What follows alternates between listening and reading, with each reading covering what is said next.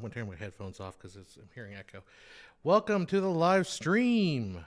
Today is Saturday, March 9th, and I am exhausted. Hey, Jack Ripper, how you doing? Hopefully my stream is coming to you okay. Let me refresh here. Oh, I think I'm getting some lagginess. Let's see here. Maybe, I can get this cable a little bit looser here. There we go. I think that might sing things up a little bit better here. Hey, welcome to the live stream. Hopefully we're getting a signal and image here. I was just kind of moving my wireless. I am in the studio shed today. Oh my gosh, this has been a long weekend so far, not over yet, is it? Let me know in the chat that this video, I think the video is coming through now. Let's see here. It's a bit laggy. Hopefully it's gotten better. Let's see here. Oh, I got my drink here. How's it still laggy, or how are we doing? Stream much better? Okay, good. Seems like it's working better now because we're still in the process. So on Saturday, I thought I had a choir concert record. I had in my calendar a choir concert. So I was like, well, what I'll do is I'll run this cable line because I'm running a network cable from my house from my garage underneath this big giant concrete slab that we poured to the studio space that I have in here. It's about 100-foot run under conduit. And I thought I would just do that Saturday and then go to the choir concert. Well, then I looked in my email to make sure that the choir concert was on, and I did not find any evidence that the choir concert was on. So it was complete. It was like, I went to the choir's website and they had no concert listed. So I guess they canceled that and didn't tell me. That's okay. So I was like, okay, well, I can spend the time working on this conduit run with this network cable. It took me 8 hours to run 2 Ethernet cables 100 feet and through conduit because it was that difficult.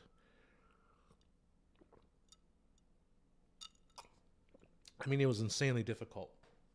I think part of the problem was there's a couple curves along the run. There's like one here, two 90s, a 45, then probably all the way down, and then 90 up. So, there's probably more than enough curves. Hello, Evil Business. Oh, welcome to the stream. I haven't seen you before. Oh, I got to turn my chat. That's why I'm not getting any comments here. So it had to be, at least a couple, like probably a good 360 different degrees. It was difficult. So what I ended up doing was, because the 75 feet of the run was under concrete, so it's inaccessible, I was able to cut it right past the concrete, and then I was able to kind of like fish it through. I got the fishing line through one time, and I was so happy because it took me like 6 hours and like multiple days of trying to get this run going here, and I got it working, and then I started pulling the cable back through the conduit, and then I pulled a little too hard and snap. There goes the little tape came off loose from the dam. So I had to start again, and I was just getting so frustrated. So I went and bought like a 240-foot steel tape because I had my neighbor let me borrow his flexible tape, which is just wasn't working because it's just too long of a run, and the too many curves. It was getting coiled and getting stuck in there. And so yeah, I went and bought the 240 feet of tape, and man, it's super expensive. Like, it was $94 for this big thing of steel tape, 240 feet.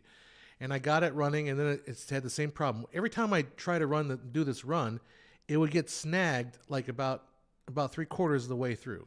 Every time, whether I'm coming from the garage or whether I'm coming from the shed, either way, it gets snagged 2/3 of the way through. I think it's because all the bends and turns. It's just like, it just makes it hard. Saw my social grift about my hard graft. What was my hard graft? Did I have a hard graft? Now you're throwing me off here. I'm confused. Oh wait, how come the comments aren't coming through? There it goes. Did I have a social media post about hard graft? Oh, maybe the line that I was writing about 8 hours yesterday, just running this line. So I ended up basically buying this 240-foot steel tape, getting it 2/3 of the way through, and then I have another piece of steel tape which is a 25-footer, and I ran it the other way, and I was able to find where they matched right here where the concrete ends, snap them together, and then pull it all the way through, and then I taped two Ethernet connect cables together, and just slowly, bit by bit, I kept pulling it out the other side, and I would pull a little bit, then hit a little snag, then come back here and like readjust it, and go over there and pull a little bit more, hit a snag, come back here and readjust it. And I put in like 12,000 steps yesterday just doing back and forth between the garage and my studio shed here.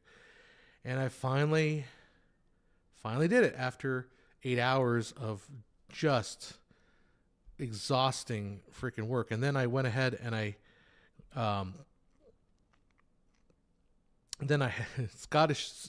British slang for hard day's work. There you go. I didn't know that was a good one. I didn't know. Hard graft. Yeah, I never heard that before. Like I heard a hard skin graft. But anyhow, so I did that, and then I ran the wiring. So I'm going to put the router up here, and then I'll run the wire back to my server units over here. Then I ran some more cable to where my computer's going to be down here, and I ran another cable over here just in case I want to plug in something while I'm in the studio space. And so this is the state that we're in right now. So right now, as far as my studio is concerned, I'm in like holding patterns. So I'll give you like a little quick view. So today I'm using a different camera because I had this one out and ready. I'm kind of halfway into the door of my studio here. And you can see this is the space that I have. All this will be drywalled, by the way. And behind us, whoa, hello. There's my computer that I'm working off of. This is my mobile live stream thing. So this is my edit bay right here. Whoa, my camera's going wild here. Let's zoom all the way out. I think we're all the way out. This is my edit bay. Whoops, my focus is all. Oh, that's focused. Hitting the wrong button. That's zoom. Oh, we are zoomed all the way out. So my edit bay will be here. I ran the black cable there. That's where one of the wires. Over here you see these little conduits. The big fat conduit is for my power, which is going up there. I'm not doing that. The electrician's doing that. But the small conduits where you see the black cables, those are my Ethernet cables. So I ran the Ethernet cable all the way through here, and then back here is going to be my server, where I'm going to keep my hub and my my Drobo, not Drobo, but the other the network attached storage. And then, like I said, I ran cable up and over, and then down to this side of the. You can see there down there in the corner. That side of the that's the another Ethernet out right there. And then let's go back to me. And then so the actual Ethernet will be right over here. Whoa. Can't wait till we get air conditioning in here.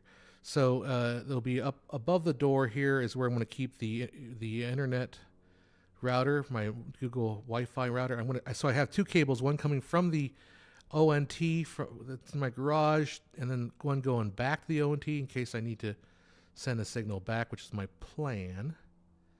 And that's back to me. Let's kind of zoom in there.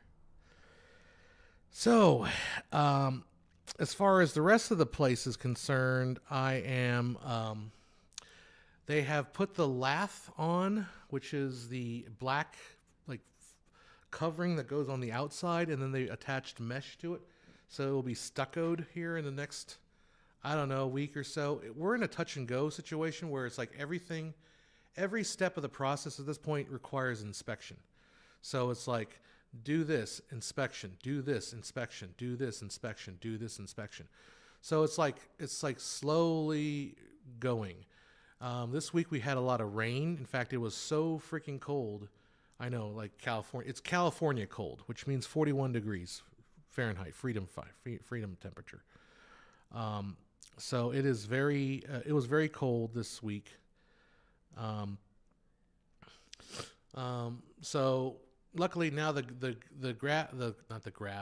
lath is out on the outside, so we're just waiting on stucco, and then the interior needs insulation. So I wanted to get all the cabling run in here before they do insulation, and then drywall, and then the electrician needs to come and finish it, to put the air conditioning in, and then at that point I think they're done, and I need to take over and do like paint and flooring. Probably paint, obviously paint first, and then flooring, and then I can start moving things in. But yeah, anyhow, so that's the state of mind I am in. But yeah, 8 hours running conduit, line through conduit, and it's crazy. Any ideas for paint color? Interior paint color, I'm going to kind of keep it simple. I do want to do slatted wood acoustic slats on one wall. I might be doing it on the entire back wall. That would be my goal. I think that's my ideal. Problem with that right now is I just don't. I'm afraid of the cost of it. I mean, it's not, and I guess in the long run, it's not that bad of a cost. But the biggest concern is the cost. It'd be probably about $900 to do it, but that's not terrible. I guess I kind of like the wood slatted look. It looks cool. But the rest of the paint color is going to be pretty like, interior color is probably going to be very like boring, like kind of probably a lighter gray, not necessarily middle gray, but like a little bit lighter gray. I'll probably go a little bit on the warm side, but not too much. I don't want to mess with my eyes too much in here to have like really warm colors, But then again, it's also, I'm kind of over trying to make dial everything perfectly. I just want kind of something that's more just like pleasant looking. So I think maybe like a creamy gray color in here. Exterior colors, I'm not quite sure yet. I probably will go for something a little lighter, maybe like a light gray with darker accent tones. And then there's the thought of maybe, while I'm at it, painting the house the same color, because the house hasn't had a paint job in 30 years. So it might be time for them if I could do a deal where I could just paint everything, and including, I've got another barn next door. So paint the barn, paint this shed, paint the workshop, paint the house in one go, same color scheme. That would be probably the best thing to do, honestly.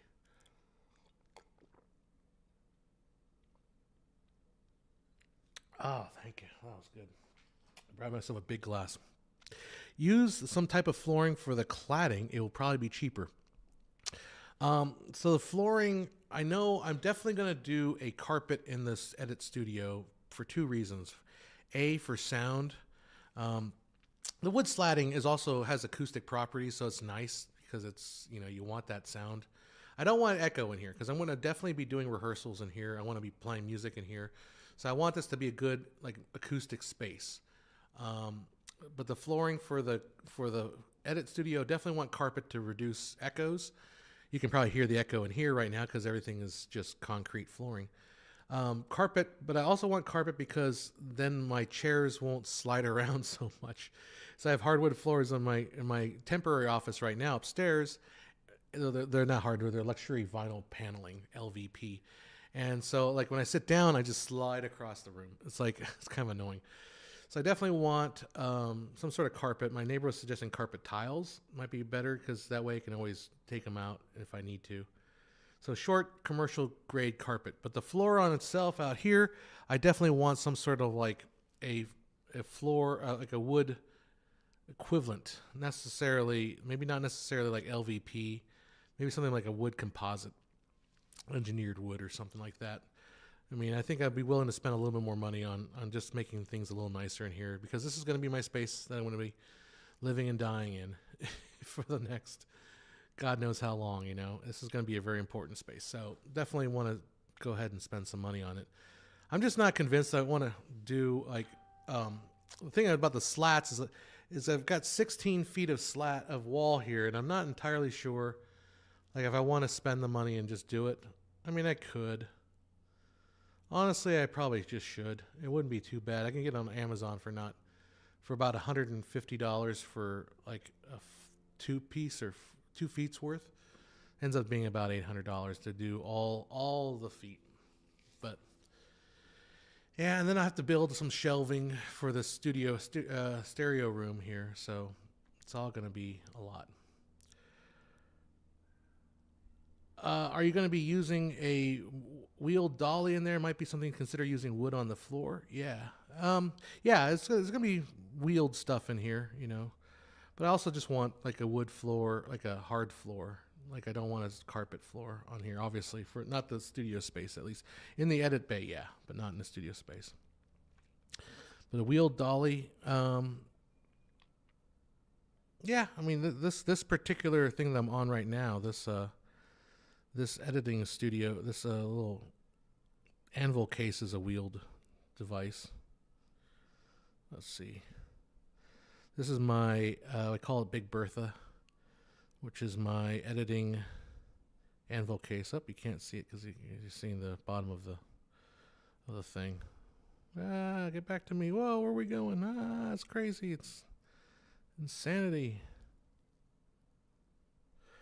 So I tested, I ran the cable and I wanted to make sure that I had the cable was good. So I did put in the Ethernet cable connectors for the cable itself today. That's what I did today. And I tested it by putting this camera out there, and it worked. Well, it didn't work at first. For some reason the first go ahead was not good. So I reconnected both sides, redid both ends, and then eventually it got to work, and it was working fine. It's working fine now. For some reason, I can't get Ethernet plugs done right the first time. Oh, you'll feel the joins on the wood. Yeah, I get what you're saying. Yeah, no, it'll probably be like a composite wood floor. So hopefully there won't be any joint. The joints will be super smooth. Yeah, I get what you're saying there. But yeah, I'm looking forward to eventually, to be honest. So this is what I kind of wanted to say. This week was really rough because it was raining, and then I had a lot to do this week. And I kind of got a lot of stuff done. But right now I am just burned out. I am feeling a serious burnout right now. And it kind of sucks. I'm a little worried because this next week I've got a big project I need to wrap up, and I've got several projects that I need to be working on the rest of the month. So, but yeah, this was a tough week, and I just feel extremely burned out right now. So that sucks, and I don't know how to quite get over it other than do this little live stream. That's what yesterday was, spending 8 hours. I was glad I didn't have to do that choir concert because, I could spend time doing this, which was physical, But part of my recovery is doing physical work, just so I can get away from the mental stuff for a while. And but yeah, no, I'm just so exhausted.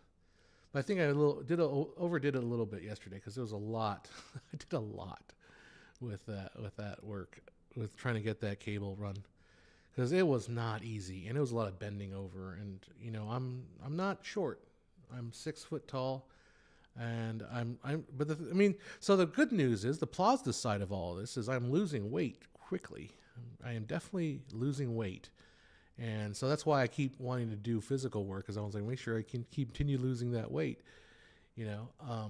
But I can feel I'm more active than I've been, and then being out in the sun helps.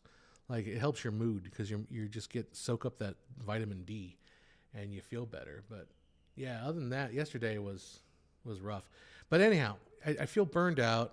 And then I was going to watch. I said I wanted to watch a movie last night, and I watched a movie. And I want to watch something that I haven't seen before, and maybe I'd be interested in seeing. And so I settled on. I browsed like Netflix. I didn't Netflix. Browsed through Max, and I browsed through Paramount, and went through Amazon. I found this movie that I was kind of always been curious about. It's called Noises Off. So I've heard about Noises Off. I've seen it was coming to the Geffen Theater, and I thought, well, I'll check out the movie here. And it had it came out in 1992, I want to say. It stars Michael Caine. It stars John Ritter. It stars Reeves, Christopher Reeves, Superman. It stars Mary Lou Hanger, Julie Haggerty. It stars who else was in it? Well, those are the major ones, right? And it started off as a play about a play that basically it's a farce that's gone wrong. It's a farce. You notice that anybody that leaves me a compliment immediately will interrupt my story, and I will definitely share it. Thank you very much, Jack. Yeah, no, I'm down another 8 pounds. I got sick too, so that helped the weight loss. But anyhow, so it's a play about a play that goes wrong kind of thing. And then when I tell people about the play that goes wrong, which is my favorite things in the world, they always mention, you should check out Noises Off. Okay. So I was like, I'm going to watch this movie. And I'll be honest with you. I'll cut to the chase. Man, I hated that movie. That movie was awful. It was so bad. And it had every right to be good. It had Michael Caine. It had John Ritter. It had Christopher Reeve. And the thing is, the cast was terrific, but it was directed by Peter Bogdanovich. And I just couldn't help but think that, man, they really missed the mark. Now, if you want to complain, yeah, Bogdanovich directed it, right? If you want to complain, nowadays you can say, well, Kathleen Kennedy produced it. Well, therefore, it's got to be bad. I think, I don't know, when I was watching, I got the impression that Bogdanovich, maybe in his later years or something, was kind of it feels like he's smelling his own farts kind of thing, or he just, I don't know. There's a really kind of a cool movie out there. I'm trying to remember the movie, name of it. 7 out of 10 on IMDb. To me, the movie itself was like a 3. I did laugh. There were some good, funny bits, but it just got so irritating on my nerves. Siskel and Ebert gave it 2 thumbs down, and I was watching the reviews. I was, it made $2 million when it came out. It was not a financial success. But the play, and the thing is, Siskel and Ebert say they both saw the play and they both think the play is hilarious and really good. But as a movie, it's just cloying. It's so annoying, and that's probably why no one talks about it anymore, right? But what was I going to say? There's a movie out there about Orson Welles' final movie that he directed. And I'm trying to remember the name of this documentary. Final movie. So it was during a time right after F is for Fake, where Orson, I think The Other Side of the Wind. It's a documentary about the other side of the wind, I believe.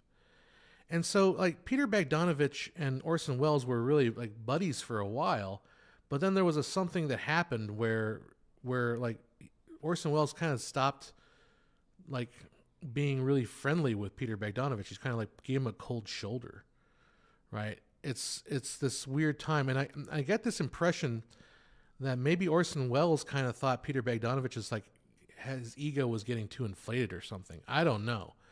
But all I'm saying is that when I watched this movie and the way it was directed, I felt this has got that film school cleverness to it. I'm going to block this thing really cleverly, and it just Other Side of the Wind.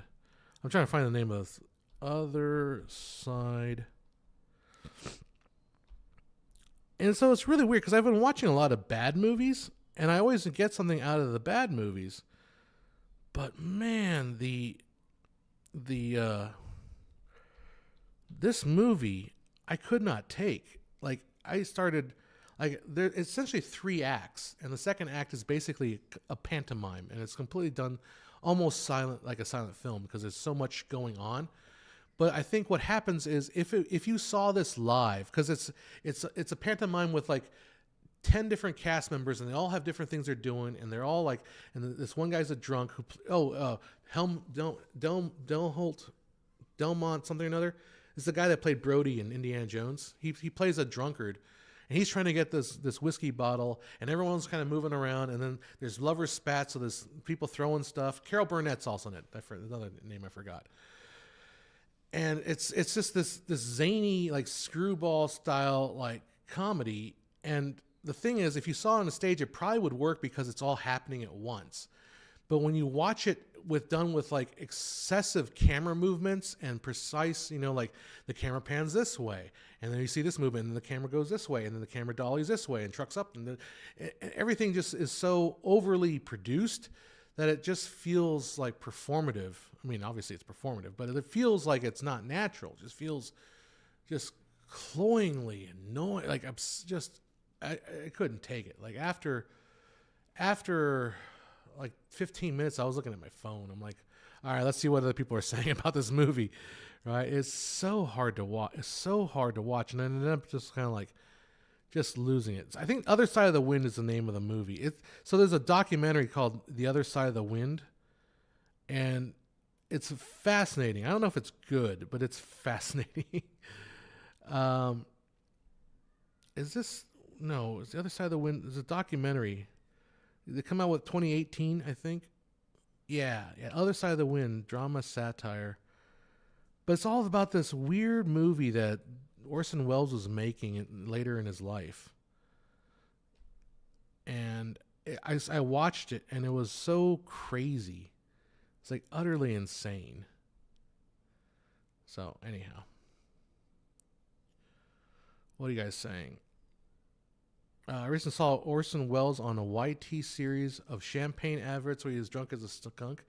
Ah, the French. No, isn't it like, wasn't it jug wine or something like that? I know the famous one, the one that the critic called is the peas, the frozen peas. Frozen peas full of hearty good peaness. Wait, what?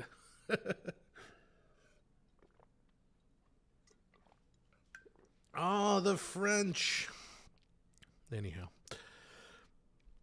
Here in Isofacus is here, Greece, they are filming Christopher Nolan movie Odyssey for 2026. Yeah.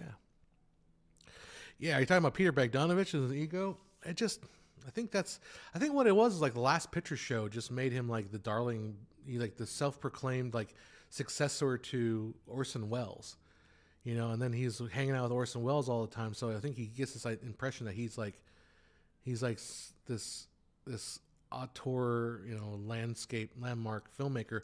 And you know what? Like, who am I to judge, right? What the fuck am I directed that's as close to his stuff? But then like later on, like, films like At Long Last Love, which is just awful. Like as far as like the musical is concerned, it's just terrible. And then this Noises Off, which is just awful. It's an awful. It was really hard to watch. Like hard to watch this movie because it was just so utterly painful. And the play is beloved. The play is universally loved, and apparently the play and the movie have like exactly the same script, or pretty darn close to it. So it must be the way it was like lensed and framed. I don't know. But then again, in the play, they're all British. Paper Moon is good, though. I agree with you, Jack. Paper Moon is really good. I do like Paper Moon. So yeah, but Paper Moon, I think it's a good movie, but it's one of those movies. I don't feel like it's like a super auteurist movie where he can kind of go off and say, "Well, I'm now the king of Hollywood." It's a great movie. It's a sweet movie, and I haven't seen it in a long time. But it's not like, oh, I'm deserving of my personality. What am I? Who am I? Who the fuck am I? Right? I'm sitting in the empty MTB show. I love it. Like for the longest time on my YouTube channel, the last comment was somebody complaining that they're using MTB wood. Like, this is my life. I'm such an important filmmaker. I can make fun of Peter Bogdanovich sitting in my empty MTB wood, and he was yelling at me for it's like, oh, they should never use MTB wood. It's awful. When it's like that's what everyone uses, dude. Everyone uses MTB wood, the particle board style kind of wood. I was watching a whole video yesterday. I was taking a bath yesterday because I was like, I took an Epsom salt bath because my body, which is still in a lot of pain.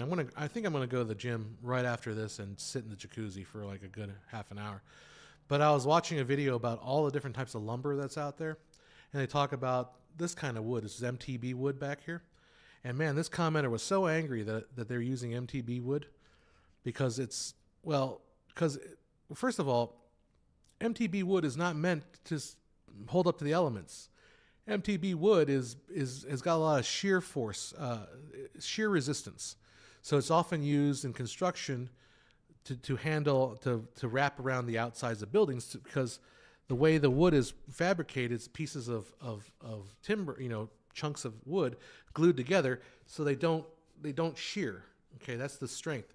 It doesn't have like compression strength; it has shear strength, which is great for holding beams together like this. But man, this guy was so angry that he had a cross to bear when it comes to MTB wood. Man, he was really, really something.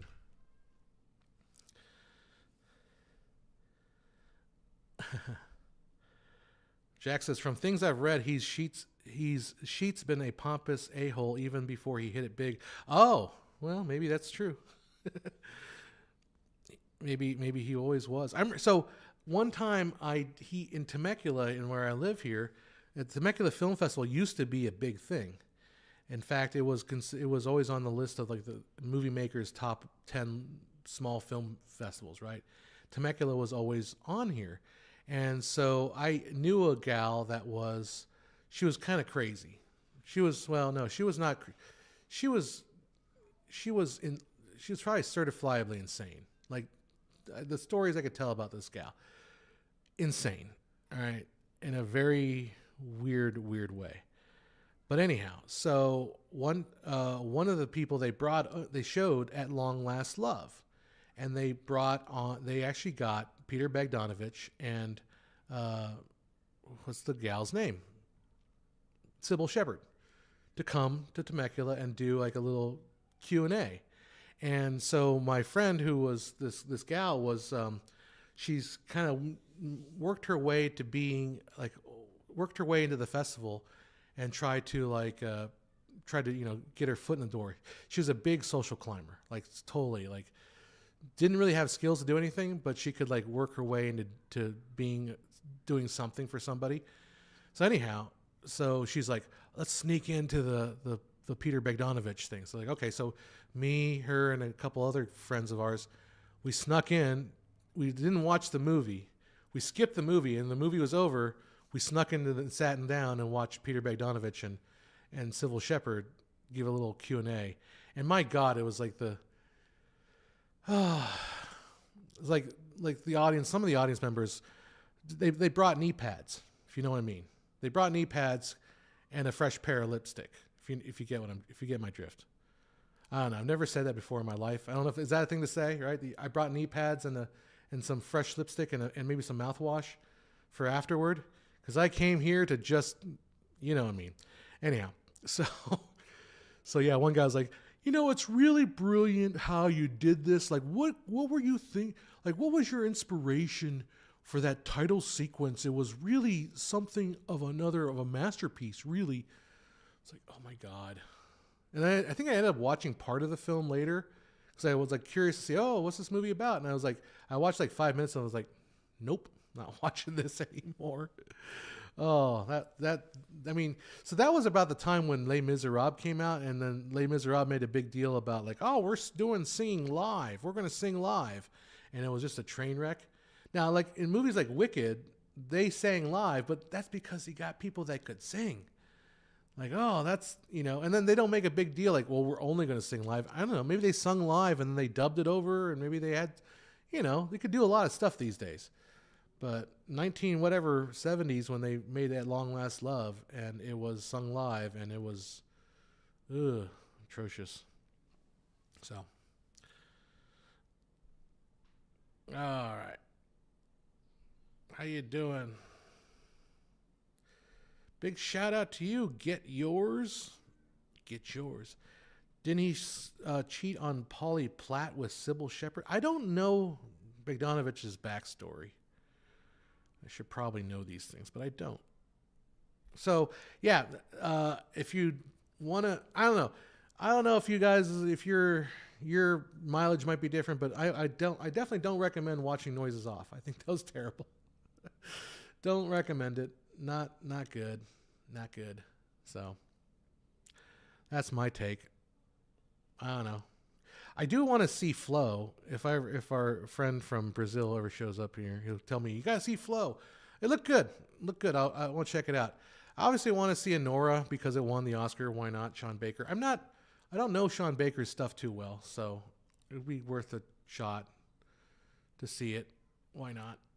And yeah, I'm looking at. So one of the things I realized I got to put in here. When you run cables through the studs, I noticed that the electrician put these little metal beams on there. And at first I thought those metal things were for structural integrity, but no, they're nail guards. So in case you try to run nails into it after the fact, you won't accidentally stick a nail through your power cable. So I think I need to go buy a few more nail guards to run a couple more places because definitely don't want to be nailing stuff and accidentally killing my Ethernet cables. Oh, man.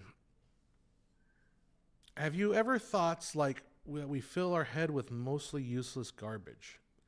Oh, my God. We can talk about that forever. Yes, I do. Yeah, we fill our heads mostly with useless garbage. It's very, very true. I used to believe also, and I still believe this too, that there are you have to maintain your mental diet in many ways that you maintain your diet, your physical diet, right? If you keep eating junk food, you're going to get fat. If you keep eating bad content, you're going to get brain rot. Well, more importantly, if you keep feeding yourself like agit propaganda and like very angry political stuff, you're going to become an angry person. It's just the way it is. So I definitely believe that we fill our heads with useless garbage. Part of what I've been dealing with lately is that too. Like I'm definitely an extrovert, and we're going to have a movie night on Saturday, but it didn't happen, and I feel bad because I get energy from my friends, and I didn't get that this week. So I was like, spend all my time working on this stuff back here. And so I'm feeling a little low. That's why I wanted to get on stream too, so I can talk to you guys, so I get a little bit of energy from you guys. But anyhow, I should read Easy Rider, Raging Bulls, and some wild Bogdanovich stories in there. That's cool. Mario Casatari, Brazil. Hello from Brazil. I'm finding it hard to get excited about anything announced for the release of the new year. Any films you wanting to see? Same here. Although I was interested in seeing that movie, Nikki 17, but every review I've read or seen of it says it's not very good. So now I'm not excited about that movie anymore. I thought that was going to be kind of fun, but it doesn't turn out to be. So yeah, I'm with you. Like, that's the problem, right? Like even with the Oscars, right? That's why like last week's Oscars was relatively uninteresting because the movies were just not very exciting. Get comments out of there.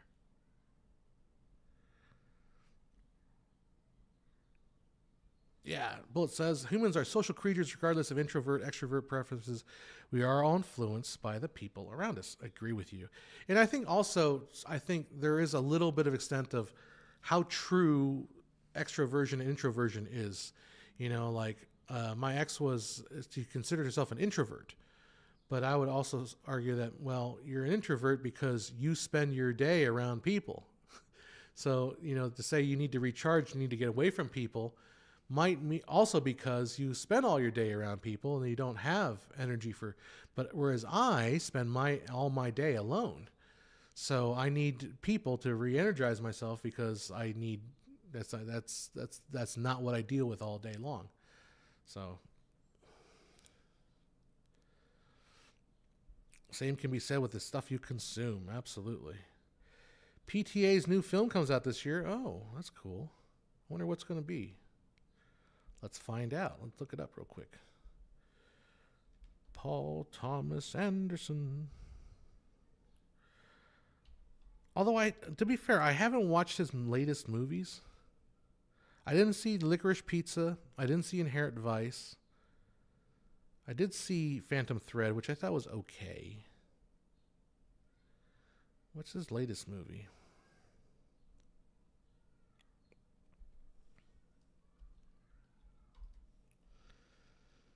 One Battle After Another. All right. Well, we'll see.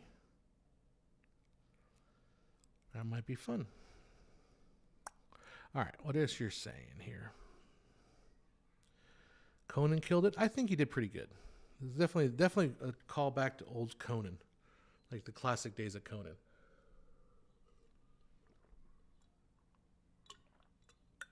And my youth was pretty much defined by Conan O'Brien, honestly.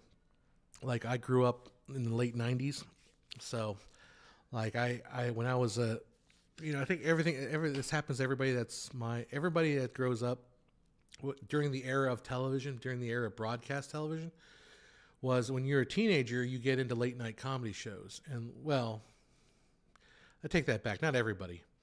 I think for me, because I was, because it was Conan. Like Conan's heyday was late '90s, and that was when he had the 12:30 show, and that was like a perfect thing for teenagers. Like it had the teenage humor. It had just this reverence to it that was fun if you're a 15, 16, 17-year-old kid. And I used to, my friends and I actually had a desk set up, and we would make our own version of a Conan O'Brien show. And we did like the Conan O'Brien bits. We did I did a video called like Tribute to Violence, in which we just basically beat each other up on camera. Kind of fun, But Conan was basically my brand of humor as a kid growing up. And then, I remember that was also, Saturday Night Live was big then, but that was Saturday Night Live post, the post Mike Myers. So the first generation of people after Mike Myers, after Phil Hartman, after Kevin Nealon. I think when I started getting old enough to watch Saturday Night Live, Kevin Nealon was already done. And it was Sherry O'Terry, Will Ferrell, Molly Shannon, and Chris Kattan, and what's that one lady that used to do the sweaty balls? Anyhow, so that was my era of humor, and it was, I don't know, something about the humor back then obviously was less political. In fact, there was very, very little politics involved. Like I always liked Jay Leno. I wasn't that big a fan of David Letterman, honestly. Norm Macdonald's another example of a person on SNL during that time period. But like even their political stuff was not really politics. It was more, it was less politics and more tabloidy, right? Because also in the '90s, that was the O.J. Simpson trial, and then there was like the Dancing Judge Ito's, and there was all kind. I mean, it was the humor was more tabloid and less politics, right? And it was so that was fun. I don't know where I'm going with that, but I liked that whole time period. Craig Ferguson, another guy. I watched his stand-up special. It was not bad. I have felt more lonely with people around me that I did not communicate in depth with than just being alone. That's true. That's definitely true. But, yeah. Oh my gosh, it's getting warm in here. I don't know if I should say this. I guess we're deep enough into the chat. uh, was communicating with a couple people I met on dating sites, but like one person kind of interested in, but then I saw their social media posts and I'm like, nah, maybe I should just leave it at that. I was like, no, not going to make sense. Not going to get along. Not going to get along, honestly. So nothing's been come from that. So yeah, other than that, this week I've got to get together a bunch of videos for this gala that's coming next Saturday. I'm working on this homeless documentary. I shot some stuff on last Monday for it. I need to start editing that. I got some other videos I need to edit for the city of Temecula for this day of the city, and it's gonna be a lot, man. Here's a really good point. Now that most successful TV shows have a high production value akin to film, that makes everything look the same. Yeah, and I think also the problem with that too is the technology is there for everybody now. So like even if you're a no budget film, your movie can have the look of a high dollar camera, right? So, back in the 70s, like if you had no money, you would shoot on 16 millimeter film, or if you shoot on, God forbid, Super 8 or something, right? So your low budgets would look like really low budget. So like Clerks looks different than your standard movie. But nowadays, I mean, the low budgetness of your film only comes across in the production design and obviously the cast and the actors and all that. You know what I'm going to do? I'm going to open up that door right there. I'll be right back.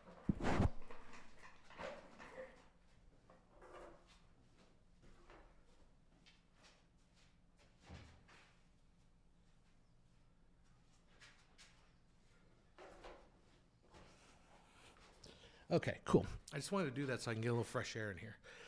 All right, so so what I was saying is there are no like camera related reasons why your film looks bad, or doesn't look so good. So if you ever go through like the modern like bad movies, they all look pretty darn good. Like as far as the quality of the cinematography, I mean, it's maybe uninspired. I mean, the production design is not so good, but like the quality of the image all look pretty good. So that's another thing, if you watch, like I said, go through like the really low budget stuff on, like not say Tubi, but one of those, is it Tubi, Mubi? I don't know, one of those things. But yeah, that's another thing I've noticed too. So to your point, having high production value doesn't really mean anything anymore. I mean, doesn't mean what it means anymore. Like everything looks the same kind of quality wise, because anybody can afford to shoot. I mean, nowadays, hell, you shoot like a halfway decent. There goes the door, closed. Dang it! All right, maybe not going to have that door. Maybe the door is not going to be open. Maybe it's not meant to be. So, all right, what else is he saying? Yes, resolution does not equal quality. Just because you have a good camera doesn't mean you know how to use it. Well, low budget movies, I mean, most people know how to use a camera. It's not like people don't know how to use a camera. Oh. What I'm saying is like the actual, like a low budget movie, I mean, you can see these low budget sci-fi movies are shot relatively well, but they obviously don't look like a high production value because they don't necessarily have the sets. They don't have all the care and the attention to the lighting, and they don't have all the other things. Like there's a movie out there, and there's something about this. So like, especially in LA, what's this movie? YouTube stars, superhero movie. And this came out a long time ago. Is it Luma Lee? No, what is this movie? The superhero movie starring YouTube. I think it was the drunk cook, drunk cook. I'm trying to remember. Where is this thing? YouTube drunk cooker. What was the name? There's this YouTube star. She used to have a channel where she would get drunk and then she'd make recipes. What was her name? My Drunk Kitchen? Is that it? No, I don't think that's it. Maybe Hannah or something? I think her name was Hannah. My Harto. Yeah, Hannah Hart, right? Hannah Hart. Movie. So she made a movie, I believe. Yeah, Electro Woman and Dinah Girl. Okay. That's the name of the movie. My Drunk Kitchen was her show. Man, I can't believe this is 12 years ago. Okay, anyway, I'm getting really old. Hannah Hart did this YouTube series called My Drunk Kitchen, and she ended up making this movie called Electra Girl and Dinah Woman, Electra Woman and Dinah Girl, which, if you like seen movies in LA, like it's so like an LA movie, and that obviously people know what they're doing. They know how to operate a camera, but it's just like the most stale image of a movie. You know, it's so stale. Stale shots, stale sets, stale everything. Just like is so generic and dull, but it feels like it's what I consider like LA. It's competent but stale. And that's how I feel. John's looking extremely good. It's because of the sun. I've been getting a lot of sun. It's called Behind the Green Door. Uh-oh. What is Behind the Green Door? I gotta look this up.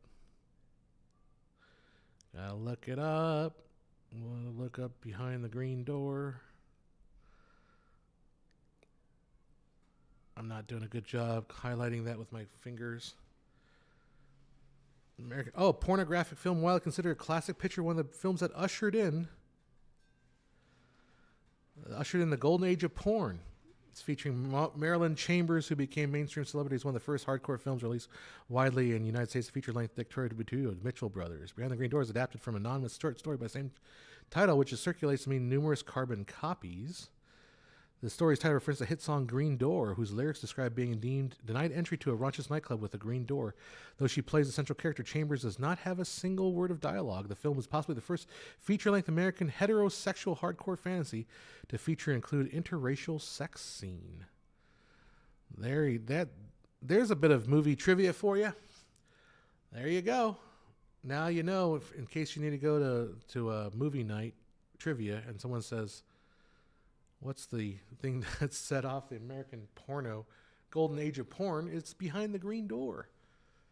I think Green Door is also a swingers club in Vegas. How do I know this? I don't know.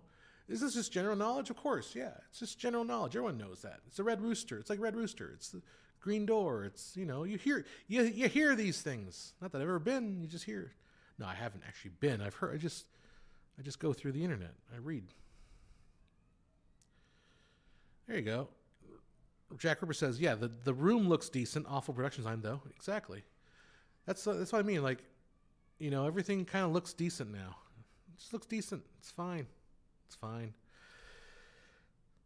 Some bad effects films are still great because the story is done really well. Look at Joel Haver's animation stuff. It's glitchy but wonderful. And that's the thing. We've been watching a lot of genre movies that are like... watching a lot of genre movies from the 80s, like sword and sandal movies and stuff like that. And it just has this charm to it, like there's, I'm more willing to forgive like a cheesy special effects from a movie that's like meant to be kind of cheesy and not take itself seriously. Everything today just takes itself so damn seriously. And it just seems so, I don't know. I'm just so tired. I'm just tired. That's what it is. I think another reason why the camera, I'm using a different camera today. I'm using the Bird Dog today because I had it out. That's probably why it looks so good. That and the sun. And I haven't shaved my head in a couple days. What the hell? Oh my God, I'm tired. I am super tired. Yeah, let's hang out for a little bit before I go. I'm gonna go to the gym. I forgot it is daylight savings time, so it's an hour after what I feel it feels like. So I will probably be the only person online that will defend daylight savings time as far as a practice, um, because the very fact is our society is based on a clock and Deathstalker. I don't know. I heard that Deathstalker 1 is not as good because we've seen Deathstalker 2, and Deathstalker 2 was great. Like there's at the very beginning of the movie, like the guy runs out and then the evil witch is like, "I'll get you and Deathstalker 2." And then it's Deathstalker 2. Right? That's fun. But anyhow, let's cause some real controversy. John supports daylight savings time. What an asshole. All right, so I think it matters mostly to people that live further north. Like for us Southern Californians, probably not a big deal. We could probably pick a time or another. I know Arizona does. They don't practice daylight savings time.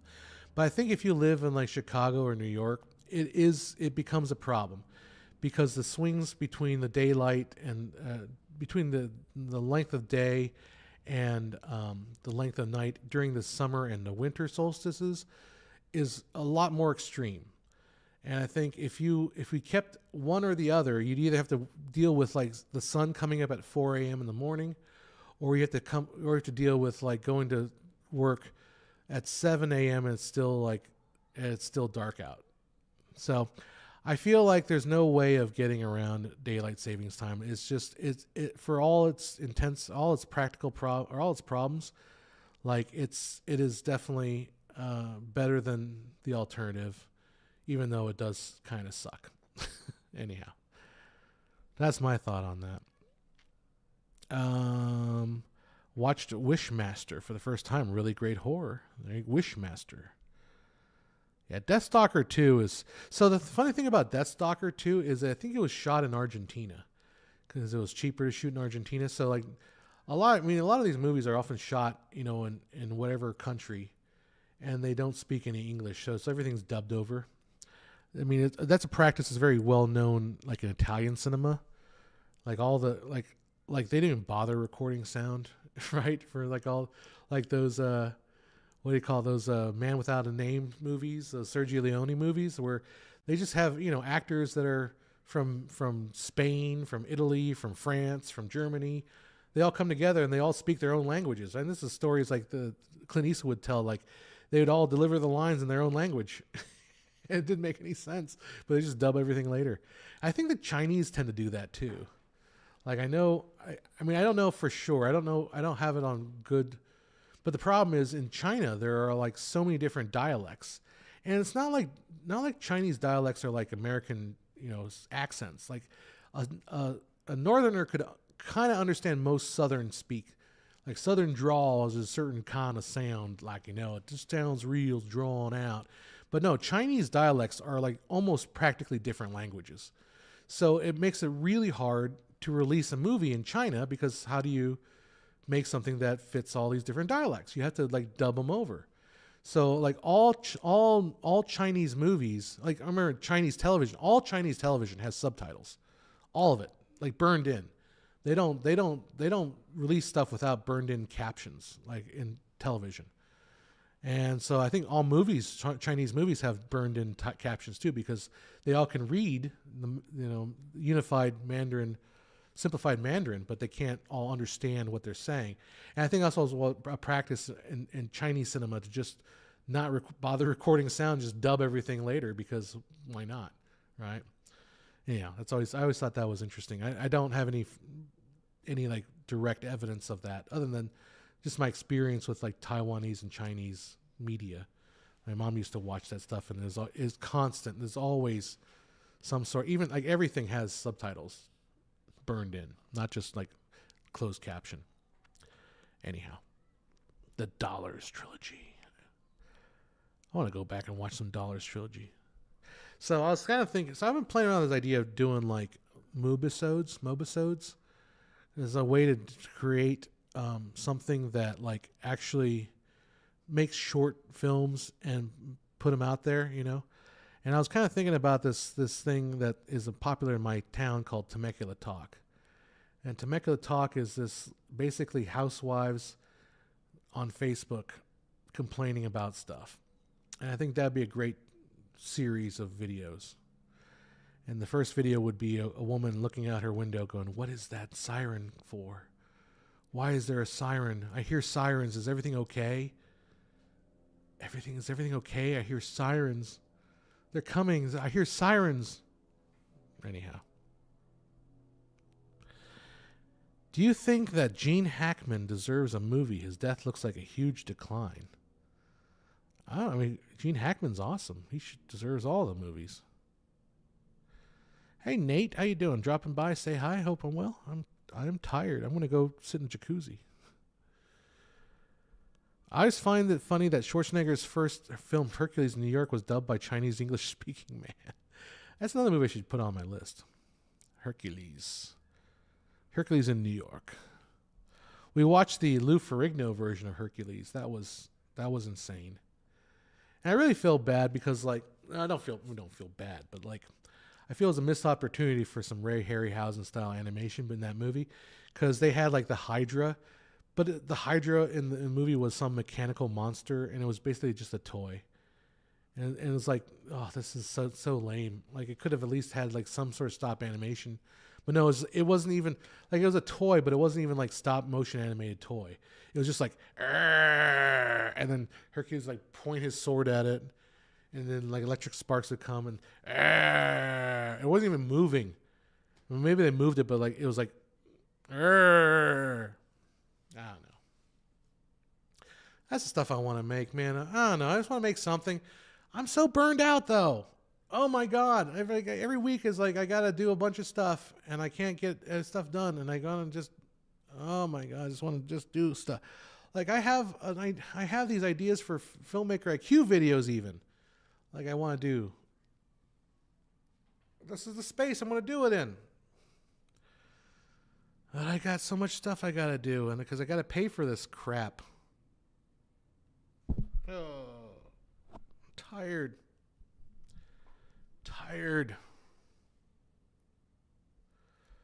It's very hard to find a dub version. Yeah, Can we find a version of it? Let's see.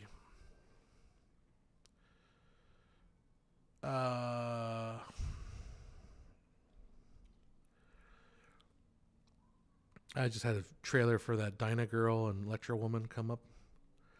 Let's see, what am I looking for? Schwarzenegger or Hercules, New York, dubbed.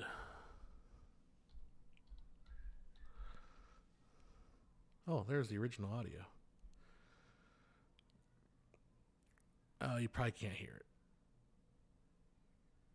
No, I gotta turn. No, you can't hear it. Dang it. All right. Well, look it up. It's out there. If you're curious, I'm curious now. Oh, anyhow. All right.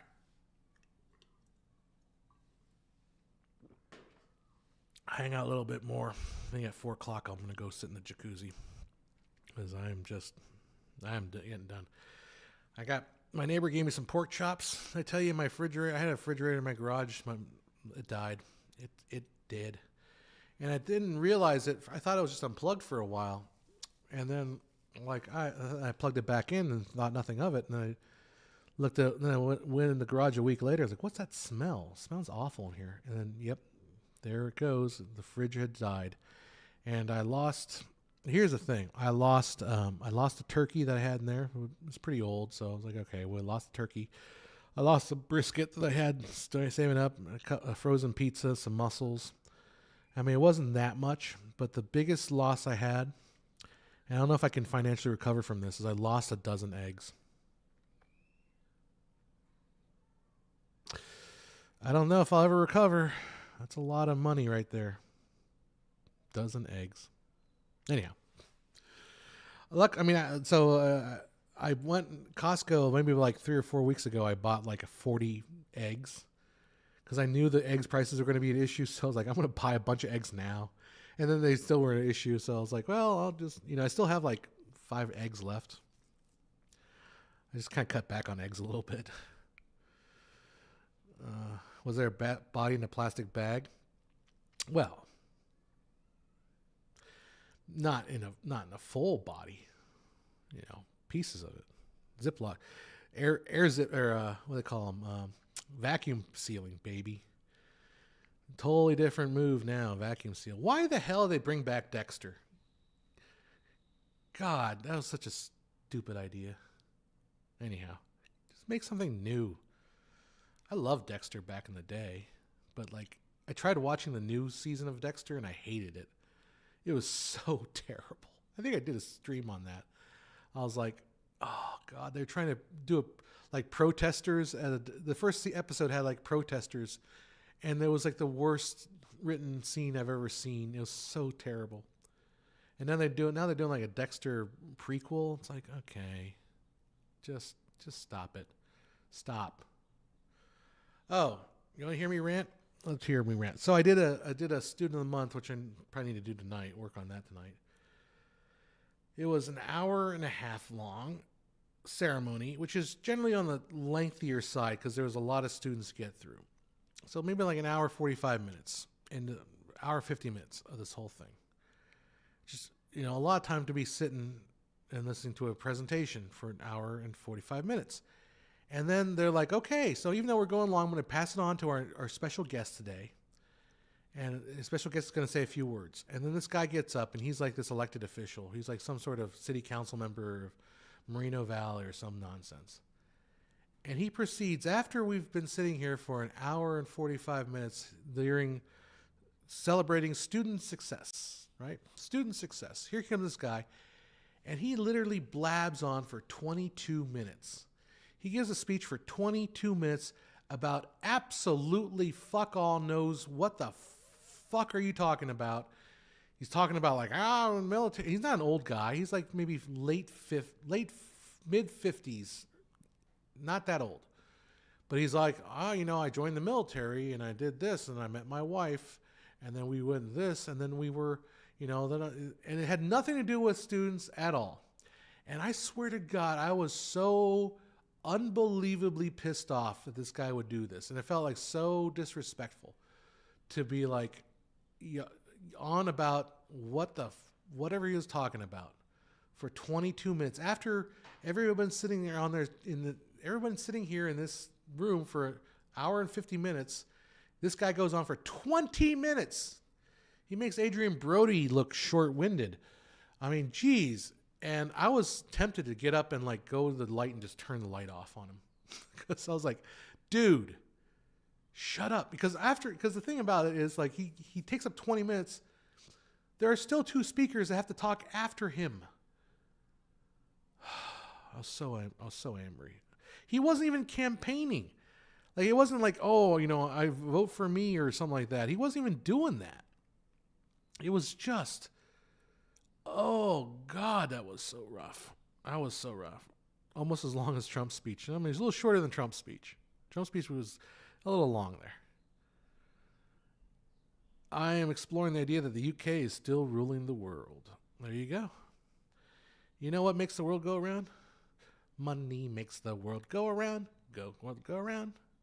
Money makes the world go around. Whatever. It's that one song from Cabaret. I need to practice the trumpet too, so I like the lighting in here now that the sun has kind of come down a little bit. The lighting looks really cool. I like it. I got one light on me. That's how you can see me. I like the way I planned this studio. Like I literally sat around and thought about how I wanted everything to look and where I thought the sun was going to be and everything. And you know what? It looks like I figured it out right. Yay me. Helps being old and decrepit. Anyhow, what am I blabbing about? Why are you guys watching this? This is terrible. You should be doing something with your lives. Not watching this old man slowly dip his foot in the grave. and complain about having to do shit. Good backlight separation. Yeah, I like it. This is good. Yeah, we got the windows in there, obviously. So the windows are there. It's going to be a good space when it's finished. When it's finished. Oh, man. Andrew's boiling chicken. Well, that's a good use of time. I like that. My neighbor gave me some pork. So I got some, I'm going to smoke up a couple big thick pork chops basically tonight. That's my goal. But first I'm going to go to the jacuzzi, and I'll probably go to maybe I'll go to Costco. I don't know. I don't like going to Costco, to be honest, because I'm a single dude, and the problem with Costco is that although I like the quality of their stuff and I like their stuff, problem is everything you can't walk out of Costco without spending like $70. And I can walk out of my favorite store is Winco. That's my favorite. That's my jam. I can buy basically 2 weeks of food for $70 in Winco, whereas at Costco I could buy basically 5 things for $70. Like, that's why I don't like going to Costco. And my friend's like, "Oh, you just freeze it." I'm like, yeah, but I don't want to eat freezer food all the time, you know? And the prices aren't necessarily that much better to be like completely worth it. Man, I have one friend that says, "Oh, I buy bread at Costco and I freeze the bread." I'm like, why don't you just buy fresh bread? Why do you have to freeze bread? Like, freezing bread seems dumb. Just buy fresh bread. I mean, you're not saving that much money by buying bread in bulk and freezing it. That's not like saving you lots of money. It's just making sure in the future you have very poor bread. that's I don't know. Although yesterday, so I'm a big fan of Joshua Wiseman. Joshua Wiseman, I think is his name. Joshua Wiseman. Yeah, Joshua Weissman, who's an American chef and content creator. He kind of looks like a young KFC Colonel. He looks like a young Colonel Sanders. And I think he's 29 years old. Jeez, he's young.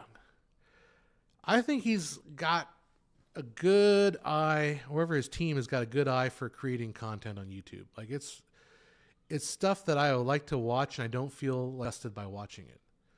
Like, I will never watch Mr. Beast. Like, I feel disgusted watching Mr. Beast. Sometimes I used to watch a lot of that game theory. They had film theory and food theory and all that stuff. But I can't really watch that. It just feels too juvenile to me. Joshua Weissman, however, his content I really enjoy. Like, I watch his food stuff. And so he did a whole thing where he just went and rated different fast food pizza places. Okay. And then he recommended this joint called Marco's Pizza. That was his top pizza place. Although he kind of gave it the best rating and then just went along and just went to another. And it's then ended the video really quickly and just said, well, make sure you support your family, your local mom and pop's places. Right. And, so last night I decided to go to check out this Marco's Pizza, and I gotta admit, but pretty good pizza. Their pepperoni magnifico was a pretty darn good pizza. So I would definitely recommend that. Age is the ultimate journey. That's true. It's the ultimate. It's your final journey. Eventually you will all get there. All right, it is 4:00. I am probably going to need to go and sit in the jacuzzi now. This old man is exhausted. What do you guys think? Is he done? Put a thermometer in him. He's cooked. He's done. He's finitoed. He's no more. All right, guys. Thanks for hanging out with me. That was fun. I hope you enjoyed hanging out. Like I said, I always wrap up thinking about what I'm going to do next. I'm exhausted.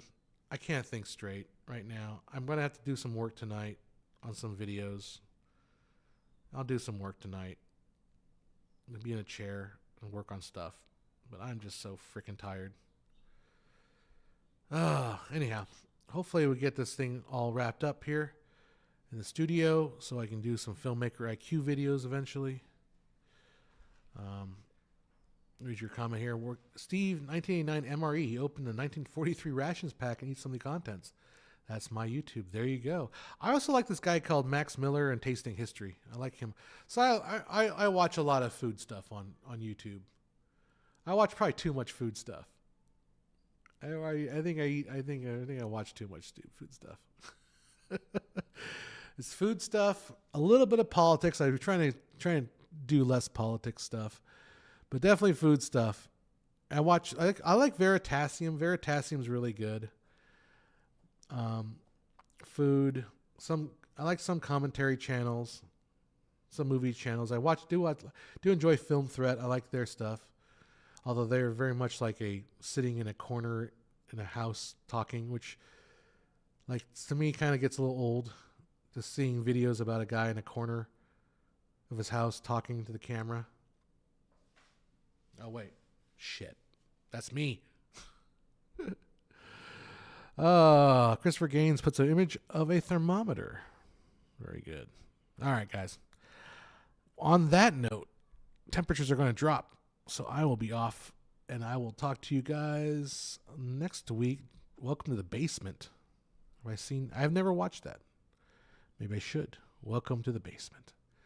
I'm going to go sit in the jacuzzi and try to roll my neck around so I can get all those little cracks out of there. All right, guys. We'll see you guys later. And until next time, go make something great. Fade to black, and I will see you probably next week. We'll talk. Bye now.